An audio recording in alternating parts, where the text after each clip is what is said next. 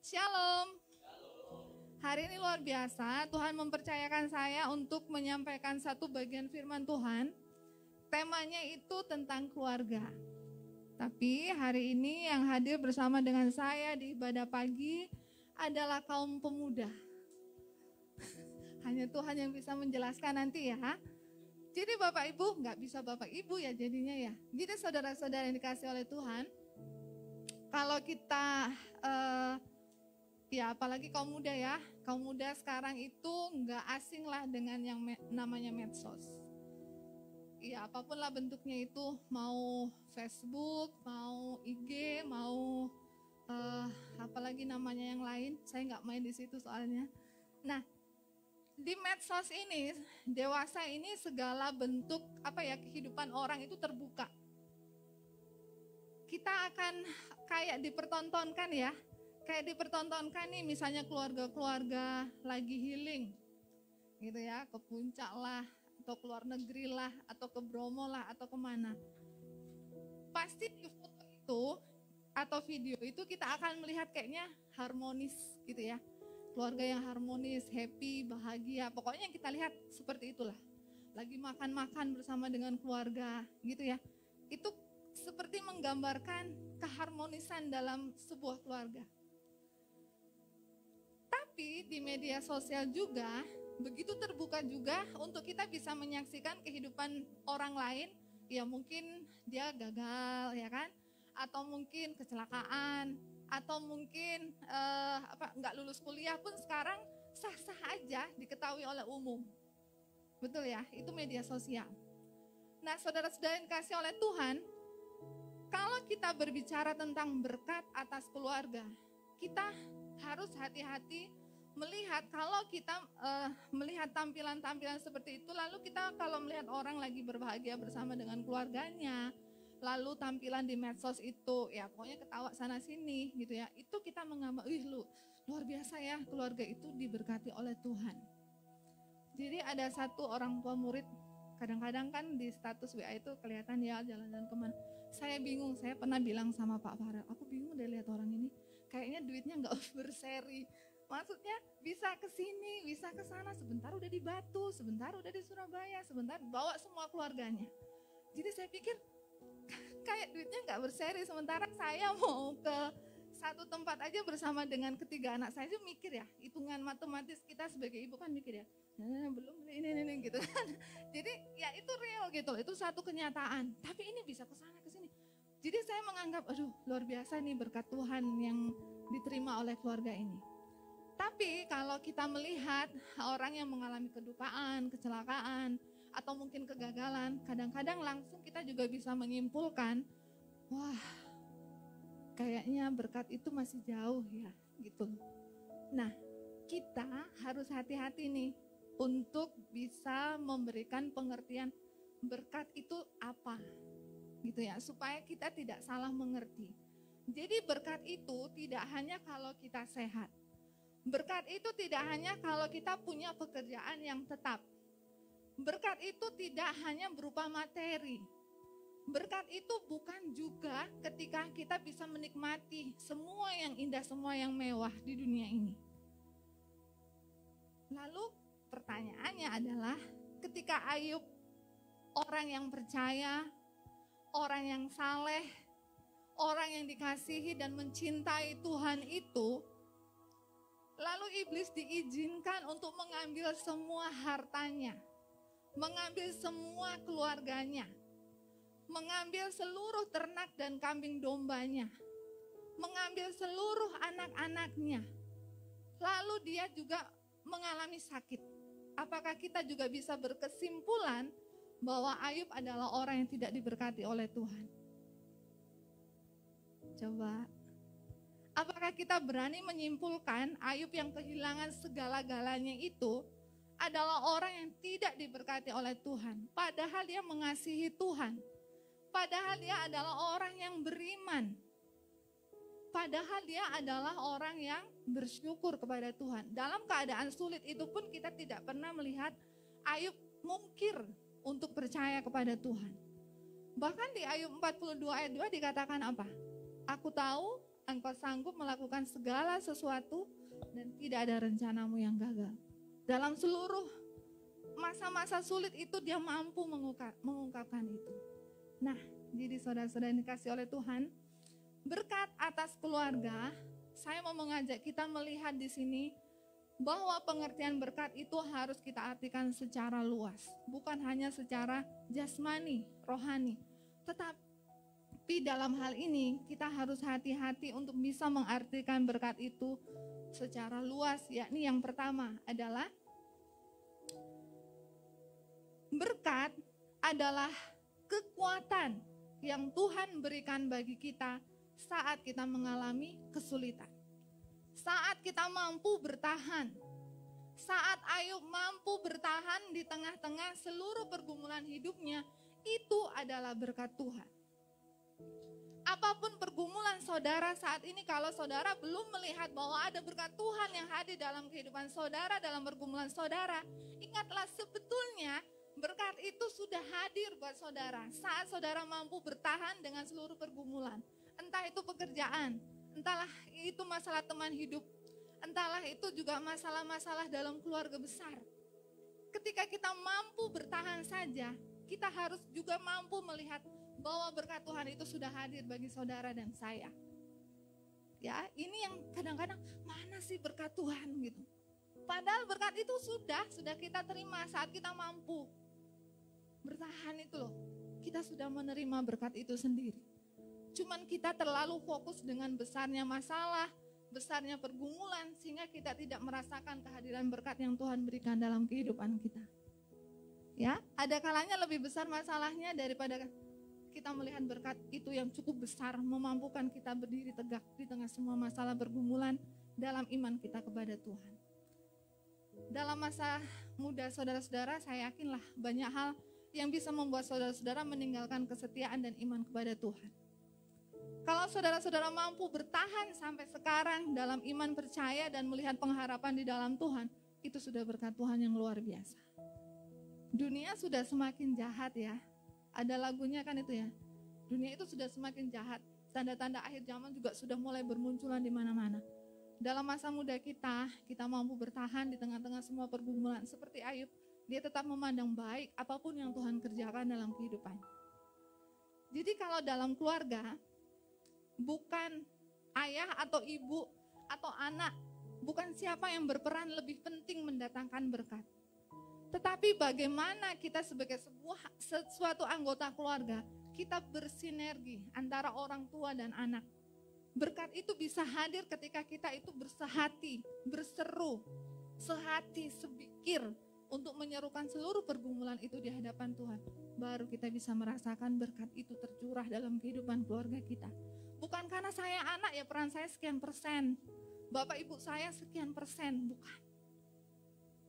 Jadi saudara-saudara yang dikasih oleh Tuhan, belajar dari Ayub, berkat yang sesungguhnya adalah ketika kita diberikan Tuhan kekuatan menghadapi semua kesulitan-kesulitan dalam hidup. Itu berkat yang pertama. Sebelum nanti kita belajar bagaimana berkat itu bisa tercurah bagi keluarga kita. Kita mencoba memahami dulu pengertian berkat itu sendiri dari sisi yang lain, selain dari semua materi, ya. Yang kedua, berkat itu sendiri adalah semua pemberian dari Allah. Pemberian dalam bentuk apa? Pemberian dari Allah itu bisa pemberian jasmani, yaitu materi, talenta, kesehatan, kekayaan, dan lain sebagainya. Tapi, apakah benar semua pemberian itu datangnya dari Allah? Amsal 10 ayat 2. Mari kita membuka bersama. Amsal pasalnya yang ke-10, ayatnya yang kedua. Boleh satu orang baca?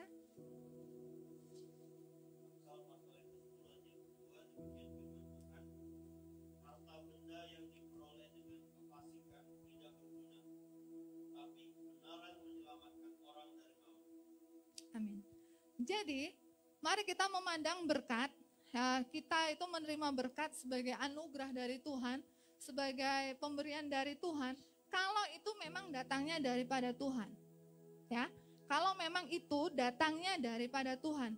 Karena semua yang datangnya daripada Tuhan itu mendatangkan kebaikan. Tetapi kalau itu datangnya tidak daripada Tuhan, itu justru mendatangkan kesulitan dalam kehidupan kita. Banyak orang untuk mencapai kekayaan dia menghalalkan banyak cara. Betul ya, pemerintahan kita aja beberapa anggotanya juga karena kekayaan juga akhirnya terlibat dengan segala macam bentuk kegagalan dalam kejujuran.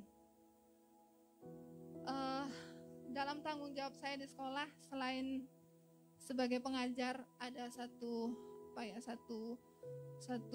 kepercayaan diberikan sekolah untuk menangani koperasi sekolah. Di situ berhubungan dengan penjualan buku dari TK sampai SMA, itu berhubungan dengan uang.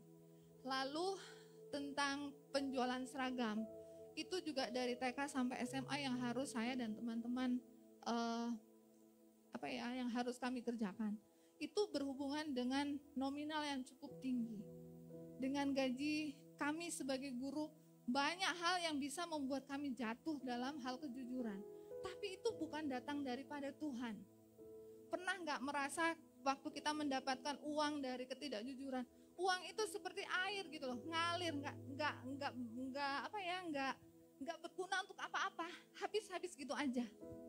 Gitu ya, karena itu bukan datangnya daripada Tuhan. Banyak orang dengan kelimpahan harta tetap merasa kurang, tetap merasa nggak puas. Karena memang itu bukan datang daripada Tuhan. Kalau semua yang datang daripada Tuhan, walaupun nominalnya sedikit, tapi entah bagaimana itu cukup untuk kita, untuk keluarga kita, untuk gereja, bahkan untuk masyarakat. Kita bingung kadang-kadang mengkalkulasinya. Jadi berkat yang datangnya daripada Tuhan, sekali lagi saya mau tekankan, adalah segala sesuatu yang Allah beri maupun yang Allah izinkan. Nah, jadi Bapak Ibu Saudara, tetaplah bersyukur berapapun yang kita miliki, kalau itu datangnya daripada Tuhan, itu mendatangkan kebaikan. Bukan besar dan kecilnya, bukan. Datangnya dari Tuhan aja, Tuhan izinkan aja, syukuri itu. Karena itu akan bermanfaat. Ya, nama Tuhan dimuliakan melalui berkat-berkat yang kita peroleh. Nah, itu pengertian berkat dari sisi yang berbeda yang saya mau saudara-saudara bisa pelajari bersama dengan saya. Selain memandang berkat bagi keluarga itu ya hanya keuangan dan lain sebagainya. Nah, setelah kita memahami pengertian berkat secara rohani, mari kita belajar bersama-sama bagaimana caranya keluarga kita dapat memperoleh berkat Tuhan. Kan berkat itu tidak datang dengan sendirinya. Ya, jadi bagaimana nih caranya berkat Tuhan ini bisa hadir dalam kehidupan keluarga kita. Baik kita sebagai anggota keluarga maupun kita sebagai orang-orang yang mengasihi Tuhan. Nah, mari kita buka bersama bagian firman Tuhan yang akan kita renungkan dari Yohanes 2 ayat 1 sampai 11.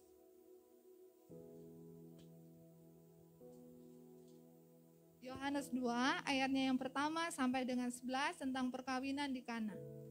Pada hari ketiga ada perkawinan di Kana yang di Galilea dan ibu Yesus di situ.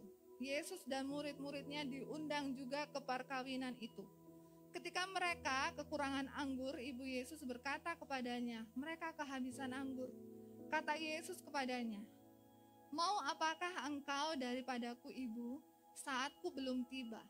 Tetapi ibu Yesus berkata kepada pelayan-pelayan, apa yang dikatakan kepadamu, buatlah itu. Di situ ada 6 tempayan yang disediakan untuk pembasuhan menurut adat orang Yahudi. Masing-masing isinya dan 3 buyung. Yesus berkata kepada pelayan-pelayan itu, isilah tempayan-tempayan itu dengan air. Dan mereka pun mengisinya sampai penuh. Lalu Yesus kepada mereka, sekarang cedoklah dan bawalah kepada pemimpin pesta. Lalu mereka pun membawanya.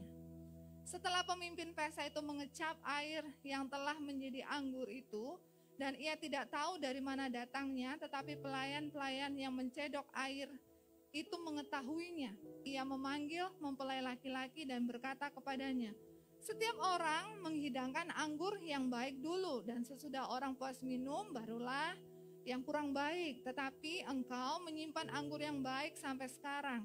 Hal itu dibuat Yesus di Kana yang di Galilea sebagai yang pertama dari tanda-tanda, dan dengan itu ia telah menyatakan kemuliaannya dan murid-muridnya percaya kepadanya. Saudara dikasih oleh Tuhan, bagaimana berkat itu hadir dalam keluarga? Ini bukan satu kebetulan, Tuhan Yesus menyatakan mujizatnya waktu ada perkawinan di Kana. Ya, mujizat yang pertama itu adalah mengubah air menjadi anggur. Saudara dikasih oleh Tuhan, ya mungkin belum berkeluarga, tapi kalau nanti pada akhirnya berkeluarga, atau orang tua saudara waktu bapak dan ibu menikah itu kan mereka minta diberkati ya, minta diberkati oleh hamba Tuhan. Minta janji sucinya itu dimateraikan melalui firman Tuhan. Artinya ketika orang tua masuk ke gereja lalu diberkati oleh hamba Tuhan, sebetulnya dasar dari pernikahan itu adalah mengundang Yesus untuk hadir dalam kehidupan berumah tangga. Ya nanti saudara-saudara akan ke situlah ya. Jadi amin, harus. Jadi pasti akan ke situ. Ingatlah satu hal ini, bahwa ketika bukan hanya itu hanya ritual gitu ya, ritual ditumpang tangan hamba Tuhan lalu sah, bukan. Yang harus dipahami di sini adalah ketika sebuah keluarga akan dimulai, yaitu dengan perkawinan laki-laki dan perempuan, lalu berkat Tuhan itu tercurah melalui hamba Tuhan, sebetulnya itu adalah hal pertama yang dilakukan supaya berkat itu hadir dalam keluarga adalah mengundang Yesus itu hadir memberkati pernikahan itu. Karena pernikahan itu adalah menggabungkan nih, menyatukan dua pribadi yang berbeda. Menyatukan dua keluarga yang berbeda. Menyatukan dua latar belakang yang berbeda. Makanya sangat tidak mungkin bahwa dalam pernikahan itu tidak ada masalah. Karena menyatukan dua yang berbeda ini aja pasti akan muncul banyak masalah dalam perjalanannya. Lalu lahirlah kita sebagai anak. Bukan juga udah selesai, enggak, pasti akan muncul juga hal-hal yang menjadi pergumulan baru. Ya kan? Yang harus diingat di sini adalah ketika kita sudah mengundang Yesus seperti pernikahan di Kana. Waktu mereka mengundang Yesus, mereka tidak mengundang Yesus sebagai tamu. Tapi mereka mengundang Yesus hadir untuk dijadikan yang terutama. Karena dia anggota keluarga. Begitu juga ketika kita mengundang Yesus dalam kehidupan kita, kita harus ingat, kita sedang mengundang dia itu menjadi yang terutama. Begitu juga dalam pernikahan kedua orang tua kita, menjadikan Yesus yang terutama. Kadangkala dengan berjalannya dengan waktu, kita melupakan bahwa kita sudah mengundang Yesus, tapi tidak melibatkan apapun untuk Yesus bekerja dalam kehidupan kita. Sehingga kita tidak merasakan ada berkat itu. Padahal Yesus itu di situ, karena udah diundang, ya kan? Udah diajak untuk bersama-sama dengan kita dan menjadikan dia yang terutama. Tapi selang berjalannya dengan waktu, kadang-kadang kita lupa. Sudah melupakan bahwa dia itu ada bersama-sama dengan kita. Kita nggak melibatkan, kita lebih melibatkan pemikiran kita, cara berpikir kita untuk menyelesaikan masalah, pergumulan kita, yang ujung-ujungnya kita sadar kita nggak mampu. Nah, saudara dikasih oleh Tuhan, mengundang Yesus bukan sebagai tamu adalah satu tindakan yang paling utama, namun yang sering juga terlupakan. Kadangkala kita lebih mengutamakan kemampuan kita untuk mengatasi banyak hal. Dalam pernikahan di Kana, permasalahan muncul dengan habisnya anggur. Ini adalah hal yang memalukan pada masa itu. Pesta belum selesai, anggur habis. Ini adalah aib bagi keluarga. Lalu, ketika mereka mengundang Yesus dan membiarkan Yesus bekerja seluas-luasnya, mereka mendapatkan solusi dari permasalahan yang mereka hadapi. Tapi Yesus tidak langsung loh, ya. Tuhan Yesus tidak langsung, oke, celing, jadi enggak. Tuhan kan bilang, apa maumu ibu, waktuku belum siap. Dalam masalah itu, Tuhan tidak langsung, seperti ada proses, ya kan? Seperti ada proses yang Tuhan mau kita jalani. Begitu juga dengan saudara. Ketika kita sudah melibatkan Tuhan, itu nggak langsung kok kita mendapatkan solusi dalam masalah kita. Ada kalanya itu ada proses. Itu tadi yang saya bilang, ketika saudara taat, mampu bertahan dalam pergumulan, mampu bertahan dalam permasalahan saudara, kita sedang menikmati apa tadi? Berkat. Tapi kadang kita nggak bisa melihat itu ya, karena besarnya masalah. Padahal dengan mampu bertahan itu tadi, kita sedang menikmati berkat Tuhan. Saya tidak tahu apakah masalah saudara sebagai anak di tengah-tengah keluarga, atau di tengah-tengah pekerjaan saudara. Kalau kita belum melihat berkat itu hadir, mungkin kita perlu melihat lagi seberapa mampu kita bertahan. Itu ada kekuatan yang Tuhan nyatakan. Syukuri itu, anugerah itu Tuhan nyatakan bagi saudara. Kadang-kadang kita lupa mensyukurinya, menganggap kita yang mampu, padahal itu kekuatan dari Tuhan.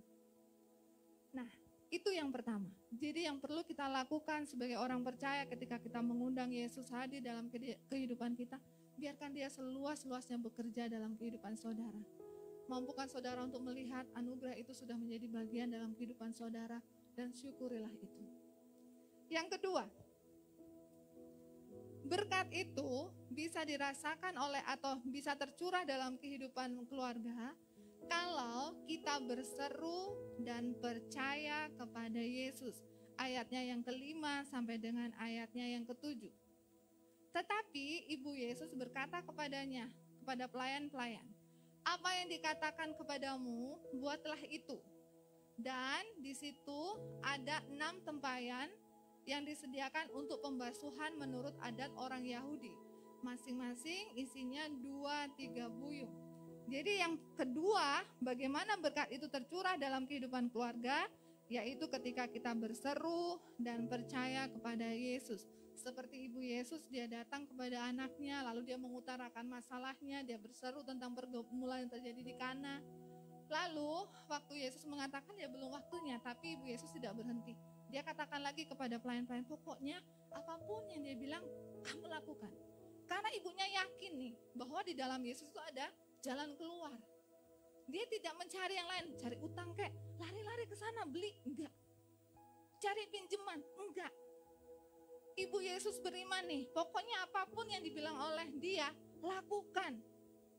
Saya ngebayangin ya, itu waktu pelayan-pelayan disuruh ngisi buli-buli yang untuk ini loh, kalau apa sih pembasuhan kaki ya, kalau orang datang kan kotor, jadi ngapain sih gitu loh. Ini anggurnya habis, ngapain ngisi buli-buli ini menghabiskan waktu? Ada solusi yang lebih cepat nggak sih? Ada solusi yang lebih tepat nggak sih? Tapi mereka apa taat loh. Disuruh melakukan itu dia taat, mereka taat. Melakukan persis sama yang dibilang. Saudara dikasih oleh Tuhan, Ibu Yesus berseru kepada Yesus tentang permasalahan yang terjadi. Yesus berkata, saatku belum tiba, tapi Ibu Yesus tidak putus asa. Ada kalanya kita kalau sudah tidak mendapatkan jalan keluar, putus asa, mencari solusi yang lain. Padahal kita tahu apa yang harus kita lakukan sesuai dengan firman Tuhan. Lalu dia berkata kepada pelayan itu, apapun yang dikatakan, buatlah itu. Berbicara tentang ketaatan. Berbicara tentang total penuh melakukan apa yang menjadi firman Tuhan. Kadang-kadang untuk melakukan firman Tuhan kita tidak total, kita setengah-setengah. Itu yang tidak Tuhan inginkan. Pelayan-pelayan itu taat saat Yesus menyuruh mereka mengisi 6 tempayan. Sepertinya tidak masuk akal, tapi mereka taat. Kita tidak dapat menyelami cara-cara Allah bekerja dalam kehidupan kita. Tapi saat kita percaya sepenuhnya, berkat Tuhan itu tercurah. Solusinya ya, waktu dicicip air yang tadi diisi itu berubah menjadi anggur yang manis, menjadi anggur yang lebih baik dari yang pertama. Dalam proses ketaatan itulah berkat itu bisa dinikmati oleh semua orang. Berkat itu bisa tercurah bagi keluarga kita. Saudara dikasih oleh Tuhan, ini bukan hal yang mudah memang. Saat memang kita harus mengerjakan hal-hal yang tidak mungkin, hal-hal yang kayaknya bukan solusi gitu loh. Tapi kita ingat kalau ini Tuhan yang bekerja atas hidup saya, atas hidup keluarga saya, maka itu solusi yang terbaik. Bukan yang semu, bukan yang sementara. Tapi adakah hati kita itu total taatnya, total melakukan firman Tuhannya? Kalau pagi hari aja kita udah ribut ya dengan semua kegiatan. Kadang-kadang kita nggak punya waktu untuk mendengarkan suara Tuhan. Padahal kekuatan kita itu ya di firman ini loh. Di hubungan pribadi kita ini dengan Tuhan. Saya banyak gagalnya. Kalau pagi udah lewat dari jam 4 saya bangun, itu sudah. Pasti saya hanya akan duduk berdoa, mengucap syukur, terima kasih Tuhan buat hari ini. Tapi itu pun sambil pikiran saya kebayang, aduh 4:30 Pak Far udah pergi, sarapannya apa ya yang cepet gitu. Aduh seragamnya anak-anak gitu, nyiapin. Jadi nggak menikmati hubungan pribadi yang manis, yang nggak buru-buru dengan Tuhan gitu loh. Saudara-saudara kalau lagi pacaran buru-buru enak nggak sih? Mau kemana gitu, makanya cepetan-cepetan. Ada gitu pacaran gitu cepetan-cepetan gitu ya.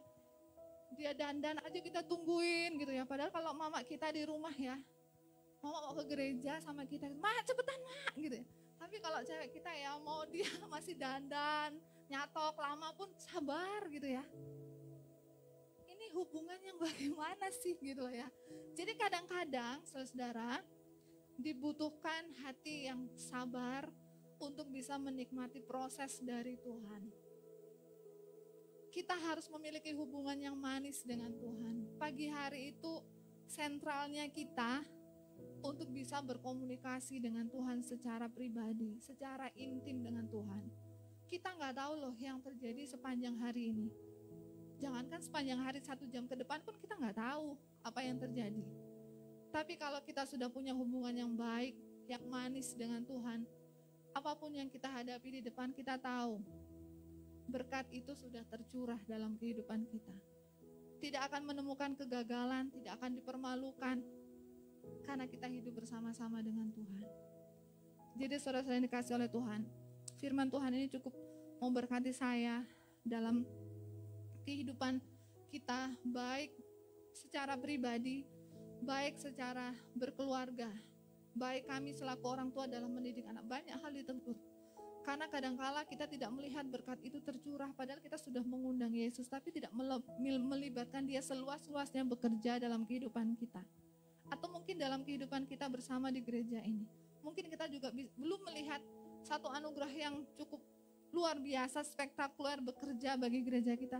Tapi gereja ini mampu bertahan di tengah-tengah semua musim dalam kehidupan gereja ini. Itu semua anugerah Tuhan. Proses demi proses Tuhan bentuk kita satu demi satu. Ada terjadi penyaringan, kita syukuri. Karena yang bertahan adalah yang tahan uji. Kata firman Tuhan. Syukurilah itu Bapak Ibu dan saudara yang dikasihi oleh Tuhan. Baik yang di rumah, dalam seluruh pergumulan keluarga. Yakinlah ketika kita mengundang Yesus hadir dalam kehidupan kita, dia melakukan yang besar, yang hebat, yang tidak mampu kita lakukan.